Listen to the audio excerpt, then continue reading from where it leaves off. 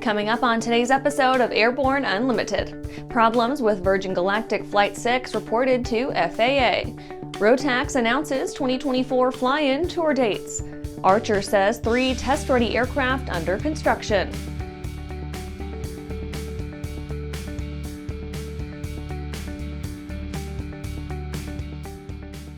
Welcome to Airborne Unlimited. I'm your host, Holland Lee.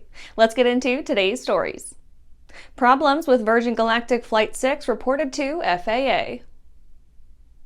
Virgin Galactic has admitted that during routine post-flight reviews following its most recent spaceflight Galactic 6, the company became aware that an alignment pin detached from the launch pylon of the mothership VMS Eve during flight.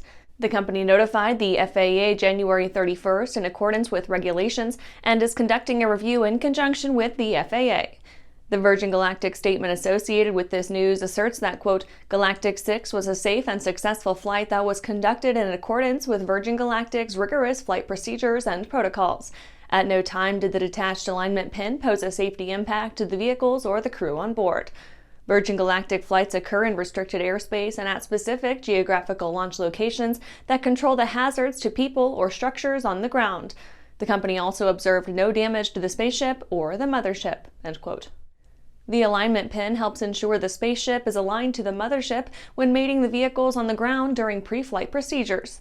During mated flight, as the vehicles climb toward release altitude, the alignment pin helps transfer drag and other forces from the spaceship to the shear pin fitting assembly and into the pylon and center wing of the mothership.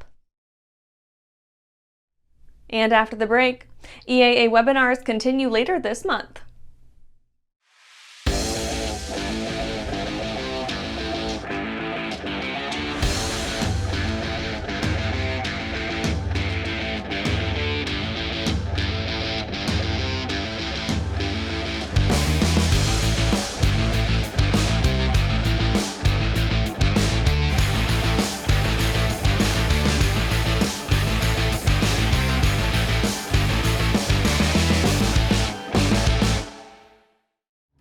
Backcountry flying to us is our playground. For us, it's how we access the things we like to do. It's just our lifestyle. We exclusively use the Hartzell Voyager prop, and it's proved to be just a great combination for what we do. What it's doing, it's helping us all have better performing airplanes. Man, it feels a lot better clearing trees by 50 feet versus 20 feet. I don't ever see myself not flying. Coming to Sun and Fun's 50th fly-in celebration, Trace Atkins for an opening day concert. I took a war since I was a kid between Jesus and John. Don't miss Trace Atkins with special guest Sarah Evans. Ponytail girl grown up to be a woman, now she's gone in a blink of an eye. Get your tickets now and be a part of the kickoff celebration for Sun and Fun's 50th fly-in. Go to flysnf.org. Welcome back. Now let's take a trip around the patch for some shorter stories. EAA webinars continue later this month. EAA is holding a series of ultralight webinars. This year's topics will start off with getting started in ultralights and introduction to powered paragliders before moving on to Badland aircraft, the folding wing ultralight, Quicksilver aircraft, and Aero-1000 four-stroke engine. February 21st, Day 2, will kick off with maintenance tips and inspection techniques for the Quad City Challenger, followed by flying clubs and ultralight flight instruction, power chutes, powered parachute basics, airspace for Part 103 paramotors and ultralights, and fabric covering light with Stewart systems. February 22nd will see a schedule including everything about the Legal Eagle, airport operations and ultralights, safety condition inspections for ultralights, basic of weight shift trikes, and end with two-stroke engine secrets to success. Enstrom inks deal to Peruvian military. Enstrom Helicopter Corporation has announced a purchase agreement with the Peruvian Army and Air Forces, selling 4 brand new Enstrom 280FX aircraft to the South American country. The aircraft will be split, with a pair going to each branch to serve as training aircraft. The deal is a redux of former cooperation with the Peruvian Army, stretching back more than 30 years. Once delivered, Enstrom's latest and greatest will be flown alongside seasoned veterans of the mark. Women in Aviation International named Stephanie Kenyon as COO.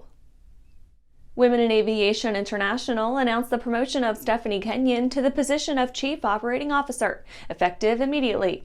Kenyon comes well reviewed from her cohort at WAI, having spent plenty of time cutting her teeth in similar roles. Chief Executive Officer Linda Kaufman said she will, quote, continue her strategic leadership for growing the organization, designing new and innovative programs, partnerships, and review streams, end quote, in addition to the rest of her more mundane COO duties. NetJets gets in with Gogo. NetJets has signed on with Gogo Business Aviation to include its Avance L5 and associated services to the fractional operator's fleet. The deal will include the Avance system, Gogo 5G, and Gogo Galileo, the company's satellite-based LEO broadband internet service. The agreement is good for a full decade and allows NetJets the chance to upgrade its aircraft fleet-wide with all the necessary kit. Well, that's it for today's trip around the patch. Let's get back to the rest of the news. Rotax announces 2024 fly-in tour dates. Rotax is taking its fly-in on the road, moving beyond its historical stomping ground of Wels, Austria. The 2024 fly-in world tour will see them touch down in Australia, Argentina, and Canada, allowing more of their international market to get in on the fun. Austria is still on too, of course. Each event will see keynote speakers, food trucks, manufacturer demonstrations, vendors, dinner with music, and more. Canadians looking to learn more about their Rotax mills can sit in on a number of presentations. Each region will get its own iteration of the shindig, allowing every Rotax meeting to establish its own distinct culture going forward. Last year, Brazil broke the mold for an outside fly-in, bringing out almost 200 enthusiasts in a market that doesn't always come off as a hub for light sport fans. That's been a good indicator for Rotax to continue on, and its roster of tour stops shows that it's earnest about spreading the fandom beyond the same old circuit of air shows and fly-ins. The first will be held in Australia April 12th through 14th, in Austria from August 23rd to 24th, Canada September 7th, and Argentina October 26th through 27th. And after these messages, Archer says 3 test-ready aircraft under construction. Well, hello, fellow pilot. I'm Barry Canutula, the CEO of King Schools, and you're invited to join me, John and Martha, and everyone at King Schools as we celebrate 50 years of helping pilots like you achieve their aviation goals. Until February 15th, you can save up to $250 on select King Schools courses. Just go to kingschools.com/50 years for all the details. But hurry, these savings expire on February 15th.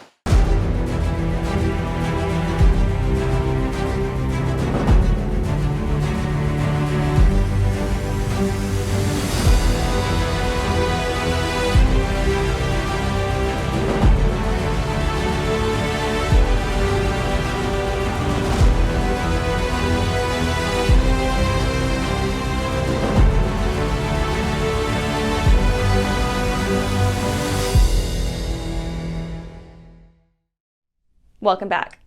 Archer says 3 test-ready aircraft under construction. The first trio of Archer Midnights is on the way to completion, representing what the company calls its first 3 conforming aircraft in its long road to wider mass production. The aircraft are already far enough along in the process to eye final assembly in the coming weeks, with parts being collated, machined, and installed at Archer's San Jose, California home. The piloted aircraft will be used in FAA certification testing later this year, moving on towards 4 credit demonstrations as Archer continues working on commercialization for the eVTOL design. Archer founder and CEO Adam Goldstein, at last month's completion of Phase 1 testing, said, quote, "Midnight is progressing efficiently through our flight test program. Over the last 4 years of flight testing, our team has been able to gather a tremendous amount of data and learnings that enable us to advance Midnight rapidly towards certification. Our team's focus on safety and relentless execution has gotten us to where we are today and is what will allow us to achieve what no other company in the world has done to date, bring electric air taxis to cities across the U.S. and the globe." End quote. And that's our show for today. You can catch episodes of Airborne on YouTube, Roku, or Fire TV. Just search for Aero-News or Airborne, and don't forget to follow us on social media. Thanks for watching.